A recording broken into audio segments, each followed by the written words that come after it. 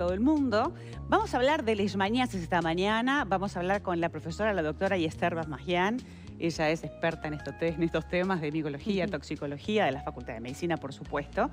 Es quien la ha detectado la patología ya hace unos años atrás. Y vamos a aprovechar a darte la bienvenida y a preguntarte un poquito más sobre esto que nos asusta y mucho, ¿verdad? Bueno, gracias a ustedes por la invitación. Y sí, realmente asusta y mucho y debería asustarnos. Tampoco enloquecernos ni alarmarnos, pero sí preocuparnos porque es una enfermedad nueva en el país, porque es una enfermedad que es una zoonosis, es una enfermedad zoonótica, o sea que además de las personas también la tienen algunas especies de animales, en este caso el perro. Y es una enfermedad producida por un protozoario parásito, protozoario del género Leishmania, en este caso Leishmania infantum, que es un organismo unicelular que afecta al perro y a las personas y que es transmitida por un insecto vector, en este caso es un díptero, o sea, es del grupo de los mosquitos y de las moscas, pero no es ni mosquito, ni mosca, claro, ni aparte mosquita. te dicen, es un flebótomo y la gente dice, Sí. guay, ¿qué será eso? Es una mosquita chiquitita que tendríamos que, si podemos mostrarla, Sí, acá mide 2 milímetros. no sé cómo, dónde se o ve, sea, en la no punta sé si del se va a alfiler. llegar a ver porque está dentro de un frasquito y te cuesta verla, tenés que ponerte un par de anteojos. Sí, es muy chiquitito. O sea que esa hembra, ¿no? Es una Sí, mujer, es una hembra. te puede cobrar la vida. Es una Sí. patología grave. Te puede transmitir un parásito que te puede llegar a matar. Este bichito tan chiquitito. No lo teníamos en Uruguay hasta hace 9 años. En Uruguay sí habían 2 especies de flebótomos descritas en el siglo pasado, Lutzomia gaminarae y Lutzomia cortelesi, que no están implicados en la transmisión de ninguna leishmaniasis hasta el momento. No teníamos leishmaniasis en Uruguay, era exótica para nosotros. No se enseñaba en facultad de veterinaria, no se enseñaba en facultad de medicina. Siempre lo digo que podía llegar a darte un 20 puntos en un concurso si llegabas a hablar de ella porque no la teníamos. Claro. Eventualmente veíamos algún caso importado de leishmaniasis cutánea, de pacientes que iban de paseo a lugares donde la leishmaniasis cutánea es endémica. Que no es la que tenemos acá. Que no es la que tenemos acá. Estos dos casos que se detectaban en el norte, la chiquita que está lo más bien y esta señora que probablemente no esté demasiado bien, sí.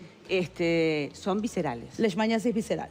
Porque eso es importante saber, que dentro del nombre leishmaniasis se agrupan un montón de enfermedades que lo que tienen en común es ser producidas por protozoarios del género Leishmania y transmitidas por insectos, por flebótomos, pueden ser de distintos géneros, flebótomus o Lutzomia, dependiendo del continente en el que esté, pero que a nivel humano las manifestaciones clínicas van a ser diferentes porque cada especie de Leishmania da un tipo de manifestación clínica diferente. Tenemos la cutánea, la mucocutánea y la visceral. La cutánea y la mucocutánea están circunscritas a áreas selváticas.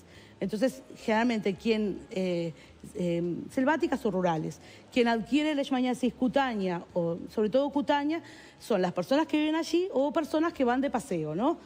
Ahora está muy de moda el tipo de viajes a áreas selváticas, claro, o zonas riesgosas, y vienen personas infectadas con leishmaniasis cutánea. Pero ahí se manifiesta como unas heridas en la piel. Heridas en la piel. Que no es lo que pasa aquí en Uruguay. No, que no es lo que pasa acá. La mucocutánea ni siquiera un paciente, ni siquiera una persona que vaya de paseo puede llegar a adquirirla, porque ello necesita mucho tiempo de convivencia entre el parásito y la persona de vivir en el mismo lugar, y se da más que nada en personas que viven en ámbitos rurales o selváticos. Y después tenemos la visceral, que es importante decir que es una leishmaniasis nueva en el continente americano. Cuando digo nueva me refiero a que se introdujo luego de la conquista por los europeos, así que tiene 500 años. Puede parecer que eso no sea muy nuevo, pero para lo que es el periodo de relacionamiento de un hospedero parásito, 500 años no es nada. Y esa enfermedad que se introdujo con los perros que trajeron los conquistadores, los perros venían infectados con Leishmania infantum, sí, ahí está, muy bien, ese es un ejemplar de flebótomo. Encontraron en Lutzomia longipalpis un insecto que podía infectarse con esa leishmania, porque la relación entre los flebótomos y las leishmanias es como una relación llave-cerradura. Cada leishmania tiene una especie de flebótomo que la transmite. Además, doctora, hay que explicar cómo es el procedimiento. ¿Por qué están involucrados los perros? ¿Qué es lo que pasa? ¿Cómo se contagia el humano? Bueno, el perro es el reservorio de esta enfermedad. En esta zona del mundo, y sobre todo en el cono sur de América, donde esta enfermedad es emergente del año 2000.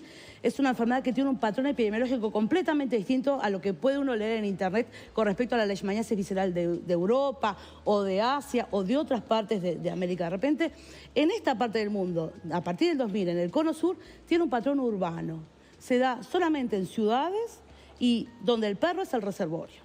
No están implicados en esta zona de América ni roedores, ni zorros, por ahora. Porque es nuevo, porque no tiene ni 20 años de instalada en esta zona. Capaz que dentro de 30, 50 años empezamos a encontrar que los roedores están infectados, que los zorros están infectados, pero por ahora es solo con perros. ¿Y por qué solo con perros? Porque este insectito tiene enorme apetencia por la sangre del perro, ¿no? Hay experimentos hechos que de repente ponen en un amplio lugar varias personas y un perro, y el insecto va a ir a alimentarse del perro. Ahora, una vez que el perro está infectado, sí, y este insecto lo pica y pica al humano, es cuando lo transmite. Es cuando lo transmite, no es de contagio directo. Una persona, convivir con un perro no hace que el perro me vaya a contagiar por respirar o por estar en la casa conmigo. El flebótomo, la leishmania necesita que el flebótomo pique, succione sangre del perro, se infecte y después el flebótomo me pica a mí y me infecta. Pero la manera en que el flebótomo se infecta es bastante peculiar y eso hay que tenerlo muy claro para entender por qué el perro es reservorio y los demás mamíferos que nos infectamos no somos, porque el gato también tiene leishmaniasis, el humano también tiene leishmaniasis y nunca hablamos ni del humano ni del gato como reservorios. Leishmania infantum tiene tropismo. Tropismo quiere decir lugares a donde van los parásitos, ¿no? O sea, hablándolo como sí, para que lo entienda... Fácil que lo entienda cualquiera. Entonces, en el perro, leishmania, además de ir a las células del sistema retículo endotelial y de ir al vaso y al hígado, va a la piel, que no pasa en los humanos, ni pasa en los gatos, ni pasa en ningún otro. Entonces, este bicho, este insecto, que ustedes ven es muy chiquitito, cuando pica, tiene un aparato bucal muy pequeñito. El aparato bucal de ese insecto no atraviesa la tela, por ejemplo. Los mosquitos nos pican a través de la tela, porque tiene un aparato bucal que es más grande. Este no atraviesa la tela. Entonces, ¿qué hacen? Yo voy a explicar un poco cómo pican los mosquitos para después explicar cómo hace él. Cuando el mosquito pica, uno lo ve a veces que le está introduciendo el aparato bucal que se llama probóscide y el mosquito inocula una saliva que tiene sustancias anestésicas, vasodilatadoras y anticoagulantes. Anticoagulantes para que no se le forme el trombito cuando esté chupando la sangre, claro, y no se le tape. Y vasodilatadoras para que cuando inocula la saliva se dilatan los capilares y de esa manera él puede encontrar el capilar y canalizarlo, claro, y actuar después, chupar como que si fuera una jeringa. Él no puede llegar a hacer eso porque tiene un aparato bucal muy pequeñito. Fíjense el tamaño, 2 milímetros. El aparato bucal de este insecto debe medir medio milímetro. O sea que tener ropa es una buena barrera. Es una buena barrera. Ropa de manga larga, y, o sea, pantalones largos, ropa de manga larga, pero claro... Pleno verano. La ropa que vendemos ahora es muy calurosa. El lino, por ejemplo, que es una tela espectacular porque no da calor, no es fácil de conseguir. Vuelvo a la manera que pica. Entonces, este bicho cuando pica, ¿qué hace? Pincha y el aparato bucal de él tiene como un serruchito. Entonces, serrucha. Y cuando serrucha, rompe, y se rompen los capilares también, y hace que la sangre salga de los vasos. Entonces forma como un charquito de sangre por debajo de la piel. Y como los perros tienen amastigotas, o sea, tienen el protozoario suelto en la piel, cuando se alimentan, ingieren sangre, ingieren también... Y ahí es cuando se contagian. Y ahí es cuando se contagian porque ingieren también los amastigotas de leishmania. Ahora, perros, sobre todo en el norte, en Salto, donde se detectó esto, se sacrificaron la mayoría, el 90%, y los dueños accedieron a porque hay toda una gran polémica, tiene cura, los perros no la tiene... ¿Por qué la vacuna sí, la vacuna no? Yo quiero aprovechar a preguntarte para que expliques. Bueno, yo no soy veterinaria, pero igual te voy a hablar de este tema. La enfermedad en perros está detectada desde el año... El flebótomo se detectó en el año 2010 y la enfermedad en perros se detectó en el año 2015 en Salto y 2016 en Bella Unión. El flebótomo está presente en el litoral del río Uruguay y los departamentos en los cuales hay presencia de flebótomos y hay presencia de leishmaniasis con transmisión activa son Artigas y Salto, sobre todo en lo que es en la costa del río Uruguay, no hacia la zona, hacia la frontera con Brasil o hacia la frontera con Tacuarembó en el caso de Salto, sino es contra el río Uruguay. ¿Por qué la situación o por qué el control está en la eliminación del reservorio? El reservorio es el perro. Los humanos no son reservorios, ya lo dije, los gatos no son reservorios. Reservorio es aquel ser vivo o lugar o ambiente del cual el vector se va a infectar. Claro, pero la gente se cuestiona si el perro se puede curar. Y es lo que te quiero preguntar. El perro no se cura. No hay tratamiento que cure al perro. Bien. Los tratamientos que hay son tratamientos que levantan la inmunidad del perro y que de repente el perro aparezca clínicamente, uno vea que el perro clínicamente está mejor, pero el perro sigue estando parasitado. El perro sigue ofreciendo leishmanias a los flebótomos en forma permanente, esté clínicamente enfermo o clínicamente sano. Y además es una patología que tiene una alta tasa de letalidad, sí. Claro. Sin tratamiento muere el 90% de las personas infectadas. Wow. Es mucho. No estamos acostumbrados en Uruguay a que una enfermedad parasitaria mate tanta gente. Y con tratamiento igual la letalidad existe, un 10% aproximadamente.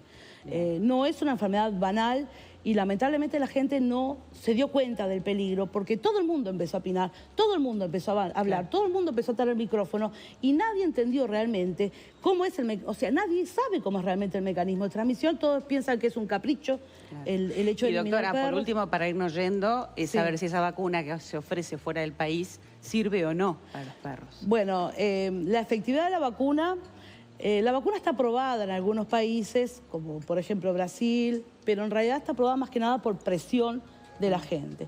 La vacuna no tiene una efectividad como para ser suministrada o administrada como medida de prevención o como medida de control de salud pública.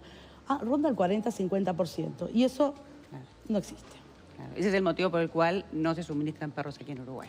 Pero sí es una vacuna cara, además. Claro. Es una vacuna cara. A sugerir a la gente que todas las medidas que se toman contra el mosquito común se pueden aplicar para esta mosquita pequeña. Sí, con algunas modificaciones. Por ejemplo, si uno pone mosquiteros en la casa, tiene que tener una malla muy chiquita, porque la malla de mosquitero del mosquito, esto la atraviesa.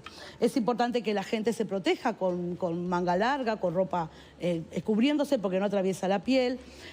Hay que proteger a los perros, sobre todo a los perros hay que proteger. Poniéndoles un collar que existe, que además de la garrapata y la pulga, combate el mosquito. Sí, hay un collar que existe que tiene deltametrina, que se le aplica al perro.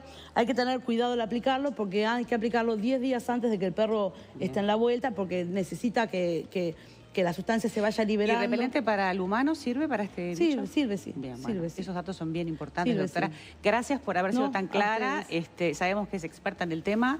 Y bueno, por la invitación. A tomar cuidado, no solamente en el norte del país, sino en el resto, ¿verdad? Sobre todo, yo lo que exhorto es que no lleven perros a Salto, ni traigan perros de Salto o de Artigas. Ya se detectó uno en Paysandú que justamente sí, a veces la gente saca a los perros de zona endémica, han ido a Tacuarembó, a Río Negro, y eso es estar esparciendo la enfermedad y no sabemos todavía si en esos lugares hay presencia o no de vector. O sea, el vector es el que determina la circulación, pero no sabemos realmente si hay todavía presencia o no de vector allí.